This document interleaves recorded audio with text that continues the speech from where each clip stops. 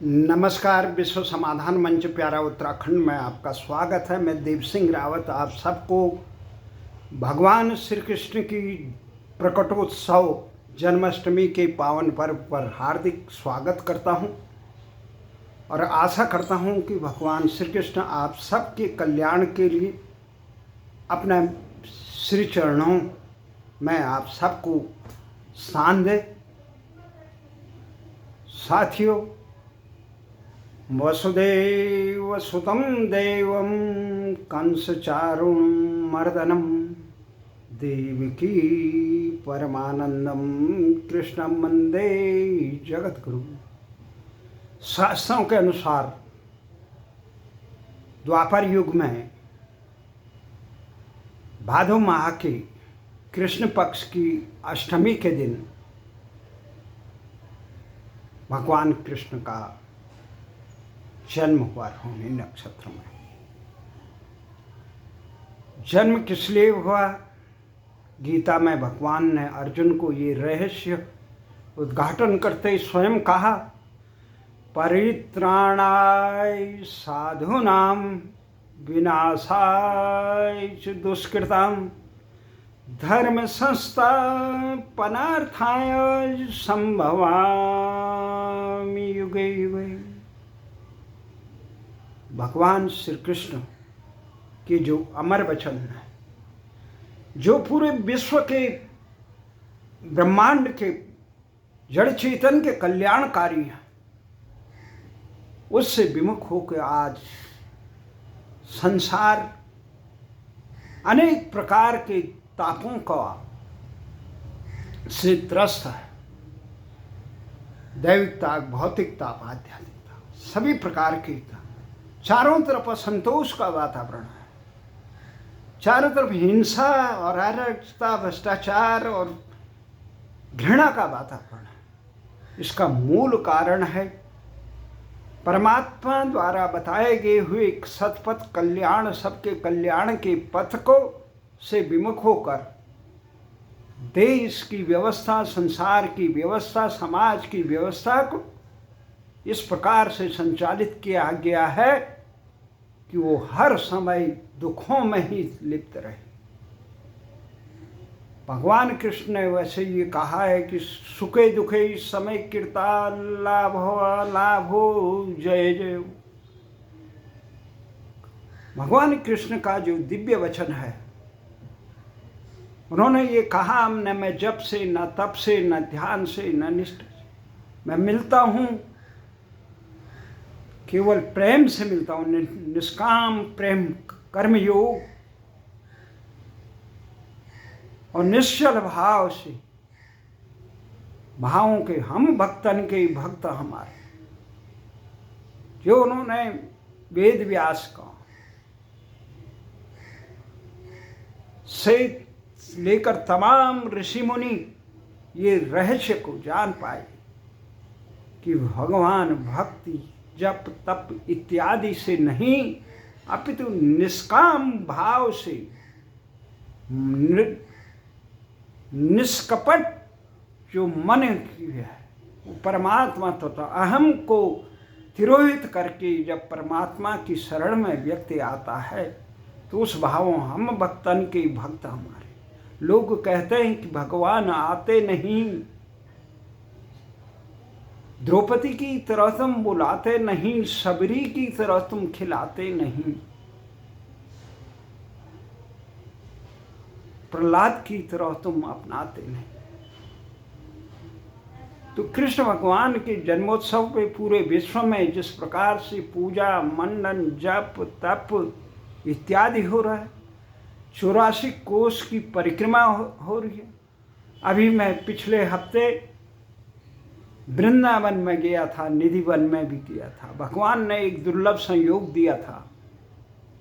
निधिवन में मैंने देखा अश्रुपात हुए।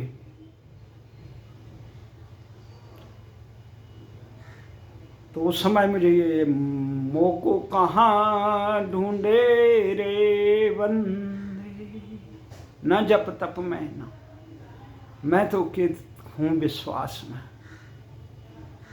भगवान ने ये कहा कि जीवन में प्रत्येक प्राणी को कुरुक्षेत्र में रत रहना चाहिए। भगवान कृष्ण और भगवान राम के जीवन को हम देखते हैं तो भगवान राम और कृष्ण ने कहीं जब तक पूजा करने के लिए बैठे नहीं रहे, उन्होंने कर्मों का एक संदेश दिया, अन्यायों का, अत्याचारियों का, पापियों का उन्होंने नाश किया, सत धर्म की रक्षा की, कल्याणकारी बोध किया। उन्होंने किसी राज के लिए नहीं किया, किसी के मूल्यों की रक्षा के लिए किया। तो भगवान कृष्ण का ये जो निष्काम कर्म योग है वो प्रत्येक जीव को, प्राणी को, स्थावर, जल, स्थल, नव, अनंत कोटि ब्रह्मांड को एक ही सीख देते हैं कि हमेशा कर्मों के कुरुक्षेत्र में रहो, जो न्याय के पक्ष में खड़े रहो, अन्याय के विरोध में डटे रहो। मनसा वाचा कर्मणा, कभी भी अन्याय के पक्ष में खड़ा रहना। आज हमारे मित्र ने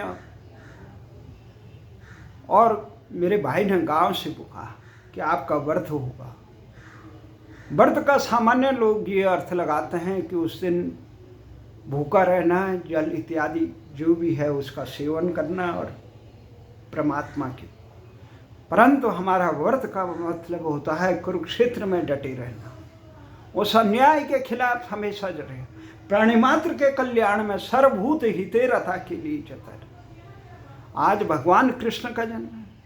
भगवान कृष्ण के अनन्य भक्तों में जो भक्ति काल के लोग होते हैं, जिसमें श्रीमद् भागवत से लेकर अनेक कथाओं से भगवान कृष्ण की नाना प्रकार की लीलाओं का श्रवण, मनन, वाचन, कीर्तन इत्यादि किया जाता है और अनेक युगों से ऋषि मुनि उस परम तत्व की पूर्णादि पूर्णमिदं पूर्णम उसकी प्राप्ति के लिए अपने जीवन को समर्पित कर देता है।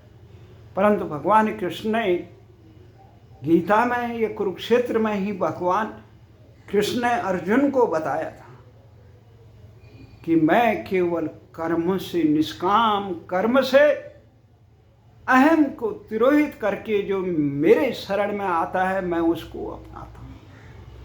सर्वधर्म परित्यज्य मामेकं शरणं व्रज।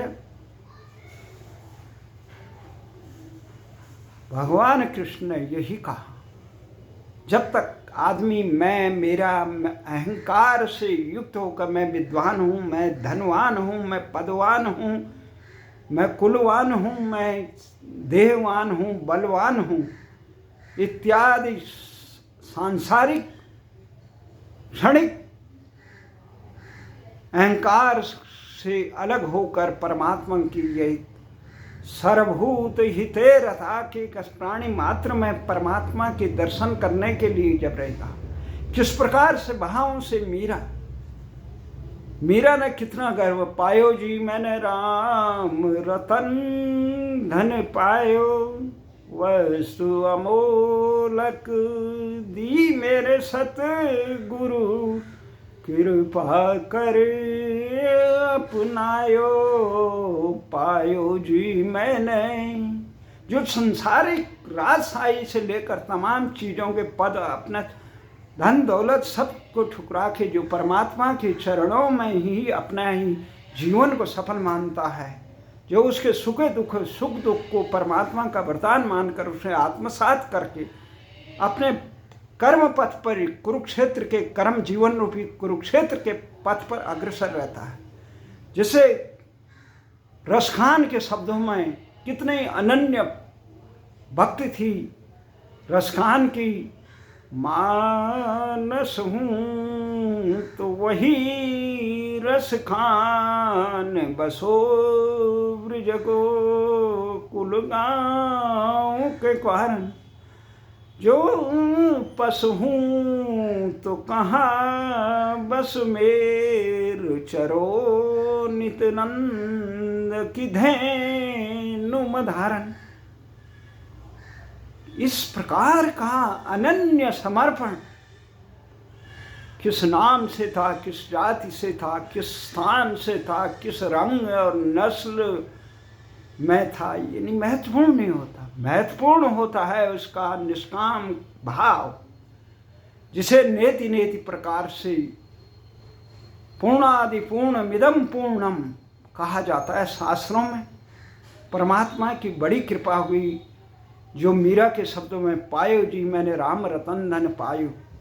जीवन से एक बचपन से ही जो एक अमूल्य शक्ति परमात्मा की मुझे प्राप्त हुई है, जिसे मैंने तमाम विषम परिस्थितियों से ये जीवन रूपी कुरुक्षेत्र में विश्व के कल्याणार्थ, भारत के उत्थानार्थ और उत्तराखंड में लोकशाही के स्थापनार्थ और अपने जीवन के हर कदम पे अन्याय का विरोध करके सत्य पथ के पक्ष में खड़े रहना। कार्पण्य दोष जो भगवान कृष्ण से अर्जुन कहते हैं तमाम गीता और इत्यादि सुनने के बाद कि कार्पण्य दोषो पहल स्वभाव पृष्यामि त्वां धर्म सम्मूढ़ चेता यक्षेशानिश्चितं ब्रूहि तन्मे शिशस्तहेषा महात्मां प्रपन्नम।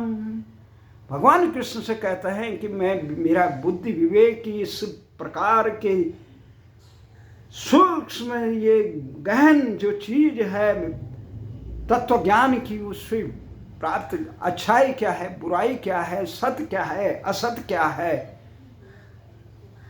इससे नहीं प्राप्त कर पा रहा, अज्ञानता कार्पण्य दोष से। अब मैं आपको आपके शरण में मुझे अपना शिष्य मान के मुझे जो मेरी कल्याणार्थ या जगत कल्याणार्थ जो चीज उचित है उसका दीजिए। तो भगवान कृष्ण ने यही कहा, तुम अर्जुन ने यही कहा, तुम आदिदेव पुरुषो पुराणम त्वमस्य विश्वस्य परम निधानम वेदासि वेद्यम च परम च धामम त्वया तथम विश्वमनंत रूप। जो संसार के सारे जो विराट स्वरूप में समाहित है सारी सृष्टि है, जब तक मैं और मेरापन का अहंकार दूर नहीं होगा तब तक परमात्मा की प्राप्ति। मैं जब से नहीं मिलता हूँ, मैं तब से नहीं मिलता हूँ, मैं धन से नहीं मिलता हूँ, मैं दौलत से नहीं मिलता हूँ, न किसी पद से मिलता हूँ। मैं मिलता हूँ केवल अपनी इच्छा और निष्काम कर्मयोग से। जब अंतःकरण शुद्ध हो जाता आदमी का, जब किसी के प्रति राग द्वेष से सब मुक्त होकर सबके कल्याण में, चाहे कोई मुझे गाली दे, चाहे मुझे कोई स्तुति करे, जो अपना समझे विरोधी समझे, क्योंकि मुझे मालूम है इस सृष्टि में जो कहे नासते विद्यते भावो ना भावो विद्यते, परमात्मा के अलावा इस सृष्टि में कुछ है ही नहीं। और उसकी इस रचना को, दिव्य भावना को जो अनेक प्रकार के रूपों में मेरे सामने दृष्टिगोचर हो रहा है, मैं उनको नमन करता हूँ। ये परमात्मा, मुझे तुमने ये बुद्धि दी कि मैं तेरे इस विभिन्न प्रकार के स्वरूपों को साकार कर दृश्यपात कर सकूं। और इस रूप में जिस प्रकार से कुंती ने भगवान कृष्ण से कहा था, हे कृष्ण अगर आप मेरे से प्रसन्न हैं तो मुझे एक बार दीजिए कि मैं जीवन भर दुखों और निस्तेज रहूं, निश्रेय रहूं। सुख में रहूंगी तो मैं विस्मरण करूंगी, मुझे अहंकार हो जाएगा अपने पद का, गौरव का, अपने कुल का, अपने धन दौलत इत्यादि का। परंतु तो दुख में रहूंगी तो केवल परमात्मा का ही मुझे स्मरण रहेगा, तेरा ही सहारा रहेगा। संसारिक सारे लोग, पद प्रतिष्ठा, परिवार, सारी चीज़ों की एक सीमाएं होती है, उस सीमा से बाहर कोई के साथ चाहकर भी नहीं दे सकता है। इसलिए परमात्मा के उस स्वरूप को मैं नमन करता हूँ।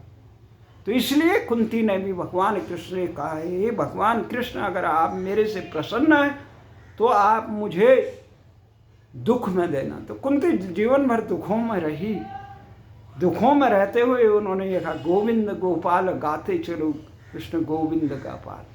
तो हम बचपन से जब सुनते थे कृष्ण जन्माष्टमी में अपने आज से नारायण जी के मंदिर में भटियाना जाते थे, तो एक ही शब्द, रात को जब हम भजन गाते थे, सावन भादो की रात मीरा चमक रहो है, कृष्ण लियो अवतार मीरा चमक रहो है।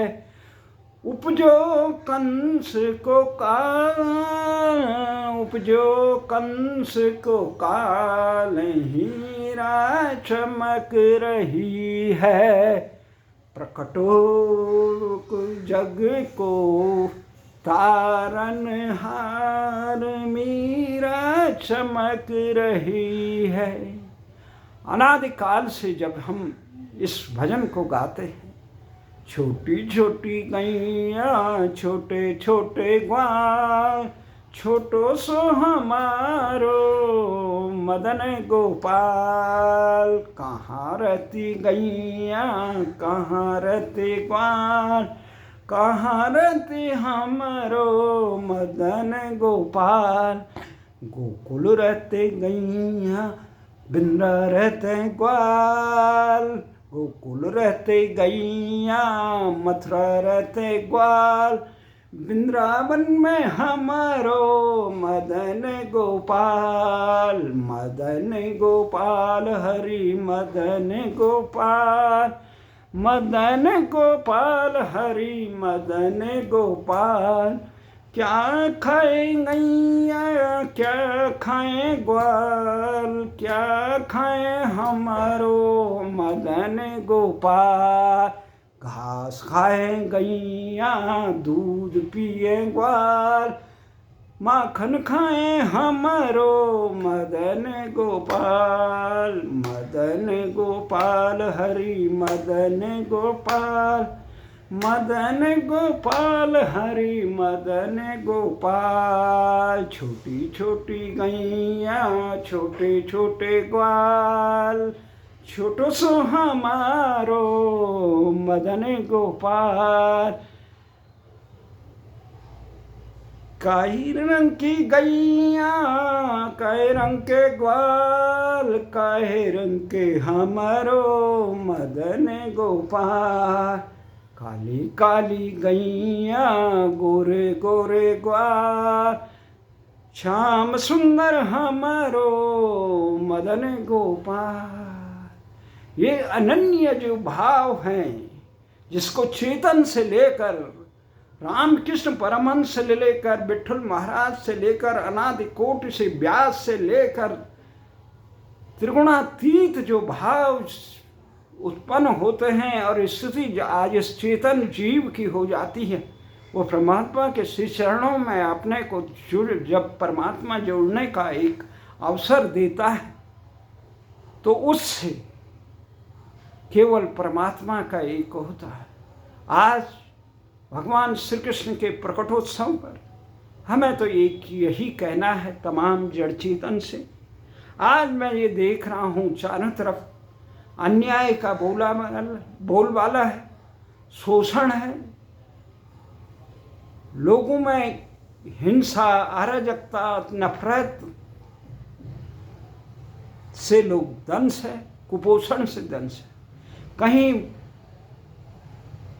वैभव की अट्टालिकाएं दिखाई दे रही है, कहीं बदहाली की नरक दिखाई दे रही है। इसका मुख्य कारण यही है, जो शासक बन जाते हैं लोगों का शोषण में लिप्त रहते हैं, अपने पदमोह से लेकर पदलोलुपता के कारण अपने कर्तव्य से विमुख हो जाते हैं। तो आज जब देखता हूँ एक तरफ चीन और ताइवान के बीच में जो युद्ध हो रहा है, उससे पूरे विश्व में संकट के बादल मंडरा रहे हैं। वहीं रूस और यूक्रेन की लड़ाई में हमने देखा कि किस प्रकार से अमेरिका और उसके मित्र राष्ट्रों ने सारे संसार की शांति का, अमन चैन को दांव पे लगा रखा है।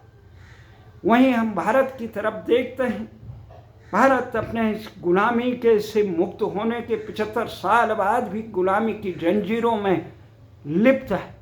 इस देश की भाषा जिसने विश्व गुरु बनाया, इस देश की भाषा और संस्कृति जिसने भारत को सोने की चिड़िया बनाई, इस देश की उस भाषा और संस्कृति को जिसने इस भारत को समृद्धि की अट्टालिकाएं बनाई थी, ज्ञान में विश्वगुरु बनाया था, आध्यात्म में शक्तिशाली बनाया था और विश्व शक्ति बनाया था। उस भगवान कृष्ण के बताए हुए रास्तों को विमुख होकर जब ये कि न्यायार्थ निज बंधु को भी दंड देना धर्म है, जब जाति क्षेत्र और संप्रदाय और परिवारवाद के सत्ता लोलुपता के कुचक्र में ये देश के शासक पलटे तो इस देश की बदहाली होना स्वाभाविक थी। और वो बदहाली हो रही है क्योंकि अपने ज्ञान के पथ से विमुख हो चुका है, तो इसलिए ये बदहाली हो रही है। 15 अगस्त को अभी भारत के प्रधानमंत्री ने कहा ये आज़ादी की तथाकथित आज़ादी की ये अमृत महोत्सव मना रहे हैं। और उन्होंने कहा ये 25 साल भारत को देश में विकसित राष्ट्र, विश्व में विकसित राष्ट्र बनाने का है, अपने पुराने वैभव। तो अपना पुराना वैभव तभी होगा जब हम अपनी भाषा, संस्कृति और अपनी शिक्षा नीति, अपने न्याय दर्शन और अपनी सामाजिक दृष्टिकोण को फिर स्थापित करें। अब वो स्थापित क्या है? सर्वे भवन्तु सुखिनः, सर्वे सन्तु निरामया, सर्वभद्राणि पश्यन्तु मा कश्चित् दुःखभाग् भवेत्। और जो हम शक्ति के उपासक, शक्ति क्या कहते हैं? या देवी सर्वभूतेषु मातृरूपेण संस्थितां, जीवरूपेण संस्थितां, नमः तस्यै नमः तस्यै नमः तस्यै नमो नमः। तो जब यहाँ इस देश में व्यापार, अंध व्यापारीकरण, लुटेरीकरण और उसमें फिरंगियों का लुटेरीकरण स्थापित कर दिया, यहाँ बाजारीकरण के कारण से भारत के कल्याणकारी व्यवस्था को नज़रअंदाज करके केवल सकल घरेलू उत्पाद पर निर्भर जीडीपी पर आधारित विश्व व्यवस्था या जो अर्थव्यवस्था को रखा है, तो जिसमें शिक्षा, चिकित्सा, न्याय सब बाजार के हवाले कर दी। और बाजार भी वो क्रूरता के, हमारा जो बाजार था दया के रूप प्रतीक था, कल्याण का प्रतीक था, समाज के कल्याण के लिए समर्पित था, देश के उत्थान के लिए प्रतीक था। परंतु जब ये है अंध दौड़ पे जो पश्चिमी देशों ने, अंग्रेजों ने इस देश को लूट खसोट कर एक व्यवस्था बनाई, उस व्यवस्था पे चलकर हम कल्याण का मार्ग ढूंढेंगे, विश्व में गुरु बनने का वो सोचेंगे, ये तो पतन के अलावा हमें कुछ नहीं मिलेगा। तो इसलिए हमारा ये कहना है कि इस देश की भाषा और संस्कृति को आज़ादी के बिना इस देश के कल्याण की कल्पना करना भी मूर्खता से है। इसलिए हमारा ये सभी आग्रह सभी राजनीतिक दलों से है कि अंध तुष्टिकरण को छोड़कर जिन ताकतों ने भारत का विखंडन किया, वो ताकतें फिर देश में सर न उठा पाए।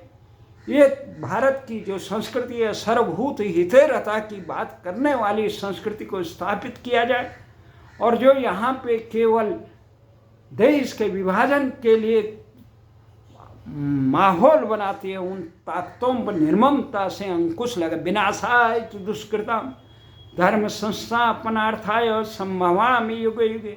हमने सदा दुखी, दीन दुखियों और लाचार असहाय लोगों को के कल्याण के लिए काम किया, उनको शरण का वो किया। परंतु जो लोग भारतीय संस्कृति के, विश्व के कल्याण के लिए समर्पित भारतीय संस्कृति को जमींदोज करने चाहते हैं, उन लोगों के कल्याण की, उन लोगों को पालने का, उन लोगों को संरक्षण देने का, उन लोगों को पोषित करने की जो प्रवृत्तियां हैं, वो न राष्ट्र के हित में है, न समाज के हित में, न विश्व के हित में। भारत के शासकों को चाहिए कि विश्व में भारत कल्याण के जो मार्ग हैं वो भारतीय संस्कृति से हटकर पश्चिमी दृष्टिकोण से कभी स्थापित नहीं हो सकती।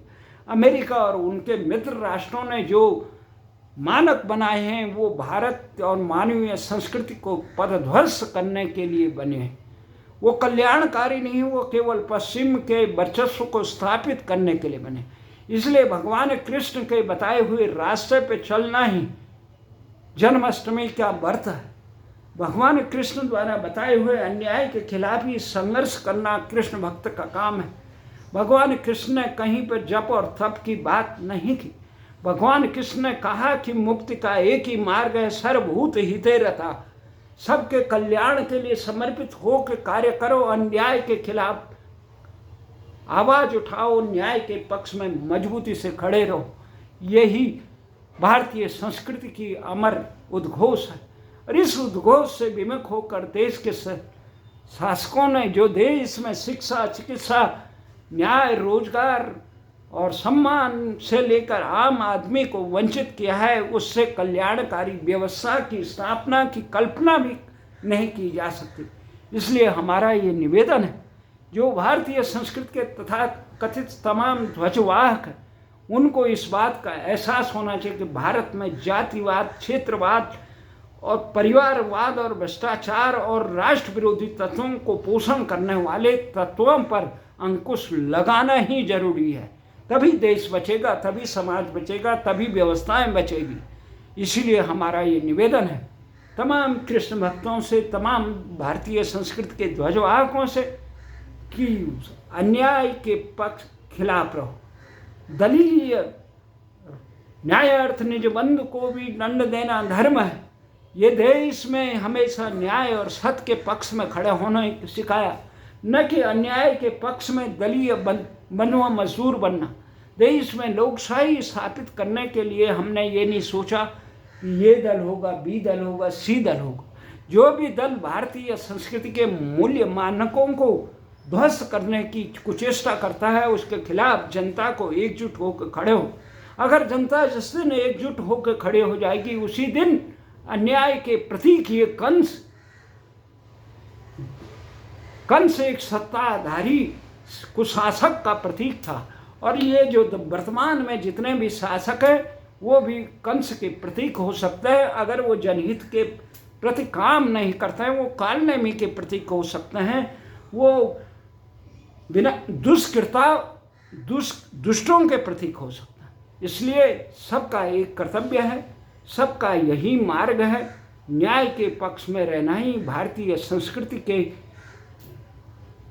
व्रत है। ये कृष्ण को मानना है, राम को मानना है, हनुमान को मानना है, भारत माता की जय।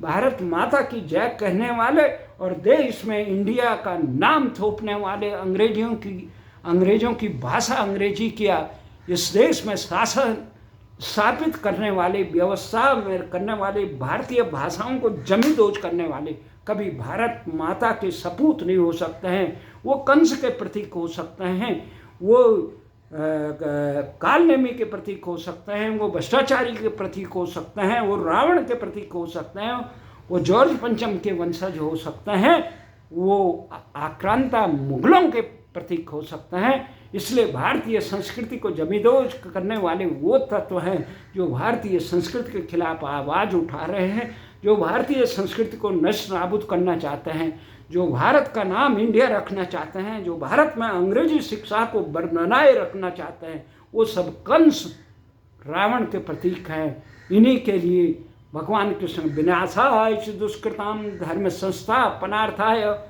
संभवामि युगे युगे। भारत की जनता को भारतीय भाषाओं में न्याय मिले, भारतीय मूल्यों पर न्याय मिले। यहाँ पे कसाई खानों की जगह यहाँ पे लोगों को कल्याणकारी शिक्षा के विद्यालयों का, शिक्षालयों का हो। यहाँ पे लोगों को चिकित्सालय, मुफ्त शिक्षा और भारतीय भाषाओं में भारतीय मूल्यों की ज्ञानवर्धक और कल्याणकारी शिक्षा दी जानी चाहिए।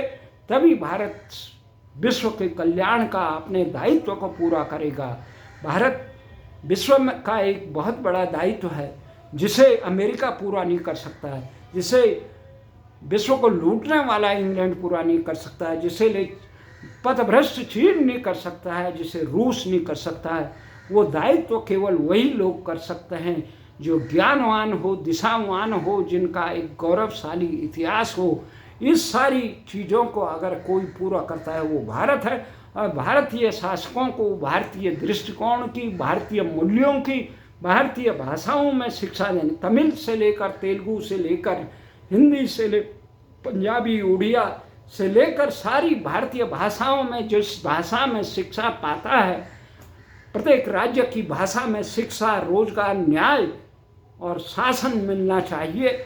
ये देश का कल्याण तभी होगा विदेशी भाषा, यहाँ लुटेरों की भाषा में न्याय, शिक्षा, रोजगार देना राष्ट्रद्रोही है। कृष्ण का यही है। आज कृष्ण के जन्म स्थान पे कुरुक्षेत्र से लेकर संसद की चौखट तक हम यहाँ से पदयात्रा करेंगे और हमेशा की तरह कृष्ण के वचनों को आत्मसात करके उससे अपने कर्मों द्वारा निष्काम कर्मयोग सर्वे भवन्तु सुखिनः सर्वे सन्तु निरामया सर्वभद्राणि पश्यन्तु माँ कश्चित् दुःखभाग्। सबके कल्याण की कामना करना। क्यों करना? कि सारे जड़ चेतन में परमात्मा कृष्ण स्वरूप है। शिवोहम शिवोहम, वही शिव है, कल्याणकारी तत्व है, वही शक्ति है, वही कृष्ण है, वही राम है, वही हनुमंत है, वही गणेश है, वही भैरव, वही सर्वभूत हिते रता के लिए कल्याण करना। जय हिंद, जय भारत। ओम नमः।